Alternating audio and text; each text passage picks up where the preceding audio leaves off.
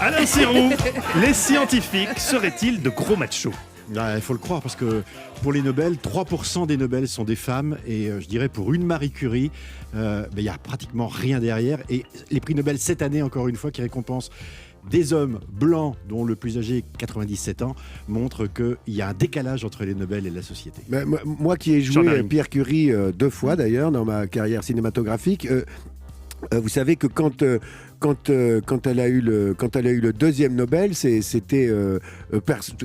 quand ils ont eu le prix Nobel, tout le monde s'adressait à Pierre Curie parce que il y avait un couple qui avait le Nobel, donc c'était forcément le Pierre Curie qui était le cerveau. Et ensuite, ils étaient surpris de voir que en fait, quand il est mort, Pierre Curie, elle a continué ses recherches et qu'elle était peut-être, enfin, en tout cas, au moins autant que lui.